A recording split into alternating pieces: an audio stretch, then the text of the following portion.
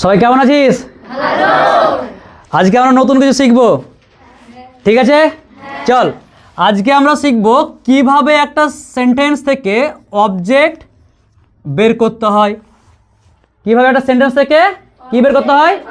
Object বের করতে হয়। যদি আমরা ভার্বকে কি দিয়ে প্রশ্ন করি, হোয়াট বা হুম দিয়ে যদি প্রশ্ন করি তাহলে আমরা কি পাবো? অবজেক্ট।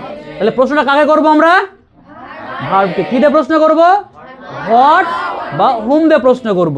যদি আমরা হোয়াট দিয়ে প্রশ্ন করি তাহলে কি পাবো? Direct object. কি পাবো আমরা? ডাইরেক্ট অবজেক্ট পাবো আমরা। আর যদি আমরা হুম দিয়ে প্রশ্ন করি তাহলে কি পাবো আমরা? বল ইনডাইরেক্ট অবজেক্ট। তাহলে অবজেক্ট কয় রকমের? কি? হোয়াট দিয়ে প্রশ্ন হলে কি পাবো? হুম দিয়ে করলে এক্সেলেন্ট। এবার চল একটা বাক্য লিখছি, ওখানে বলতে দেখি। সি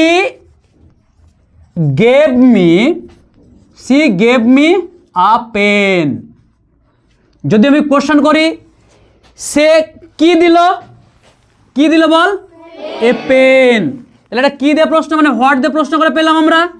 তাহলে এটা কোন অবজেক্ট? ডাইরেক্ট না ইনডাইরেক্ট? Direct object. কাকে দিল? আমাকে দিল।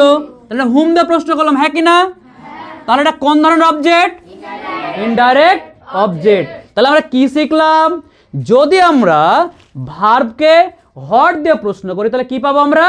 Direct object. আবার যদি হুম দিয়ে প্রশ্ন করি তাহলে কি পাবো আমরা? Indirect object. তাহলে খুব সহজেই আমরা একটা বাক্য থেকে কি বের করতে পারবো? অবজেক্ট বের করতে পারবো।